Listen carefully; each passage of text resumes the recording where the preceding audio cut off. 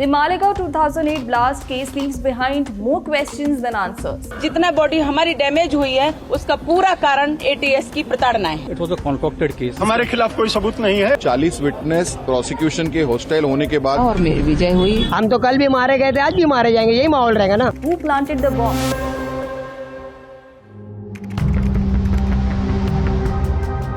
29 September 2008, the month of Ramzan. In the lanes around Deepu Chowk in Malegaon, Maharashtra, the streets were crowded. Around 9:30 p.m., some people were heading home after prayers at nearby mosque. Others were shutting their shops and a few lingered in the area. Then, in the blink of an eye, a bomb exploded near the mosque, triggering chaos and panic. Minutes later, when the dust settled, the scene of devastation became clear. 6 people dead and dozens more injured. Among the injured was Abdullah Ansari, who said he had alerted the police about a suspicious bike parked outside his office around 4:30 to 5:45 p.m., but no action was taken. The local police registered a case and later handed over the case to Maharashtra's Anti-Terrorism Squad in October 2008. Forensic teams and bomb disposal squads examined the blast site.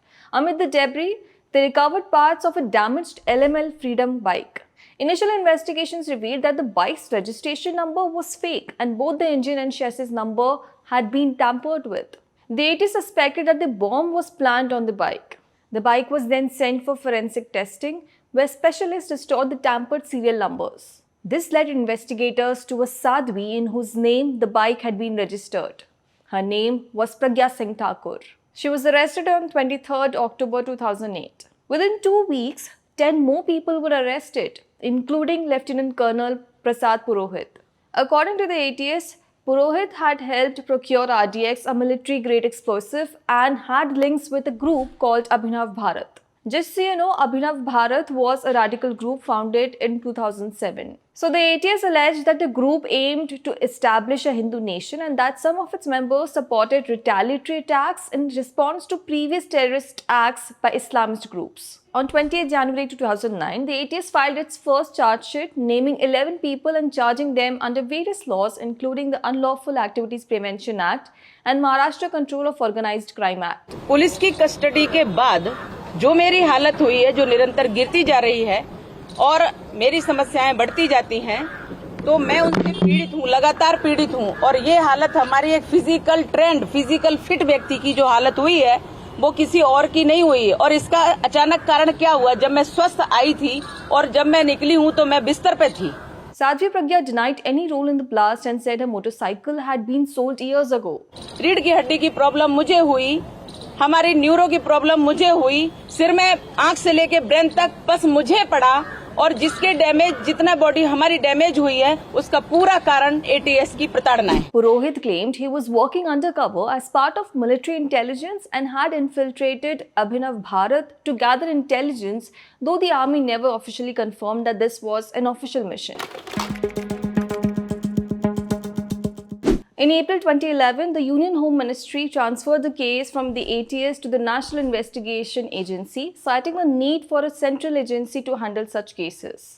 The case had already drawn political attention, becoming central to the term saffron terror or Hindu terror used by some leaders to describe terror incident allegedly involving right-wing Hindu groups. हम कभी भी देश को कोई आंच नहीं पहुंचने देंगे अपने जीवित रहते हुए। The NIA rechecked witness statements and said 80's confessions were forced through torture and lacked supporting evidence. The NIA dropped MCO-CA charges against all 11 accused, including Sadhvi Pragya and Lieutenant Colonel Purohit and others, saying there wasn't enough evidence to prove they were part of an organized crime syndicate.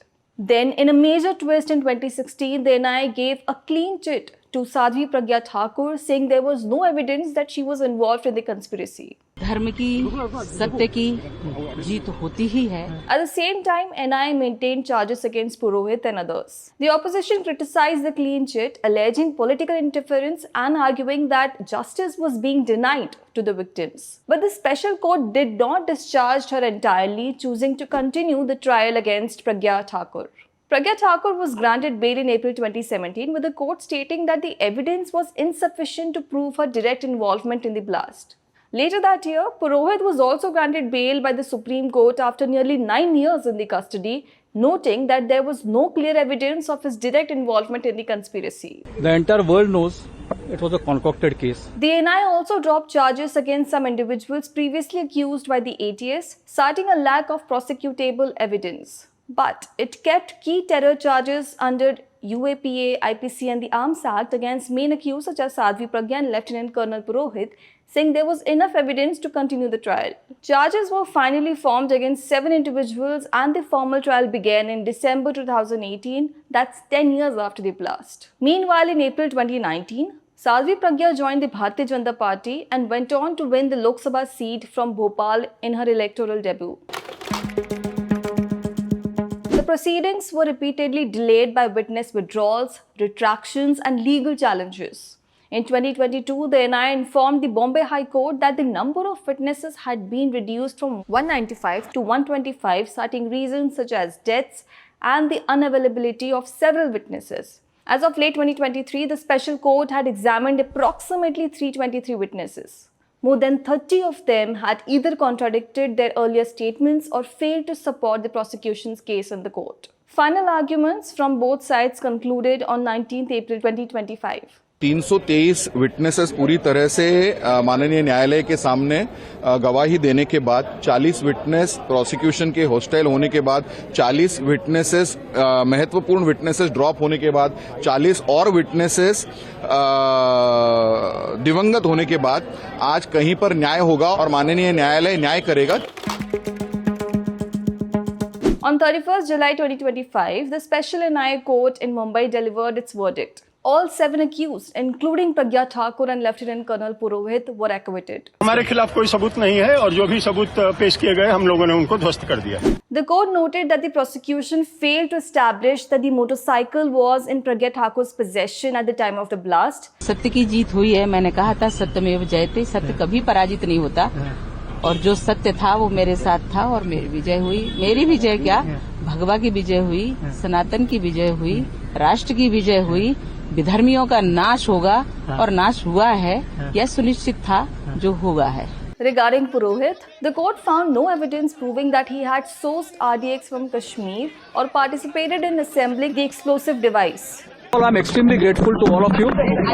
I'm extremely grateful to the country and all those who stood by me and by us.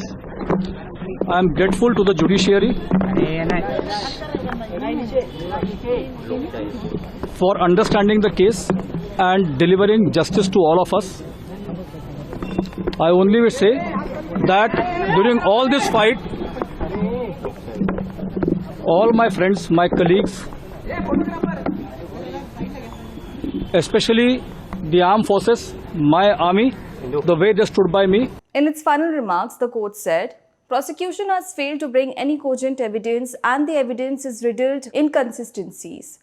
Terrorism has no religion, but conviction cannot be based on moral grounds. ये बात साबित हुआ कि भगवा आतंकवाद नाम की कोई चीज नहीं है. Some were happy with the verdict. ये फैसला है न्याय नहीं. आज न्यायालय ने सिद्ध कर दिया इसको कि हमारे घर में साजिश की गई. Despite the arrests, trials and 17 years of wait, the families of the 6 victims who died in the blast were left without closure. फैसला तो कोर्ट ने 17 सालों के बाद दे दिया. हो सकता है मुलजिम ये दावा कर रहे हैं उनके साथ इंसाफ हुआ, पर जो बम धमाकों के पीड़ित है उनके साथ तो कतई इंसाफ नहीं हुआ. वो इंसाफ की उम्मीद में 17 सालों तक अपने जख्म लेके अदालत के सामने supreme court, high court, trial court दौड़ते रहे. गुनहगार अगर आजाद हो गए तो उसका कोई मायने नहीं होता. इतने साल लम्हा के लोगों को आस में रख के कोई मतलब नहीं आता. सरकार उनकी, कानून उनका, सब उनका. हम कौन?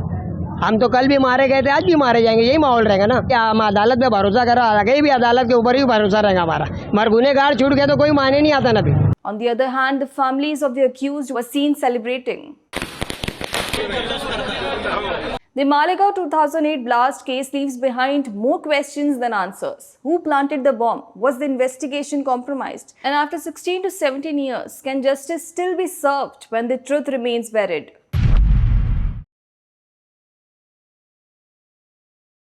Don't forget to subscribe and follow us.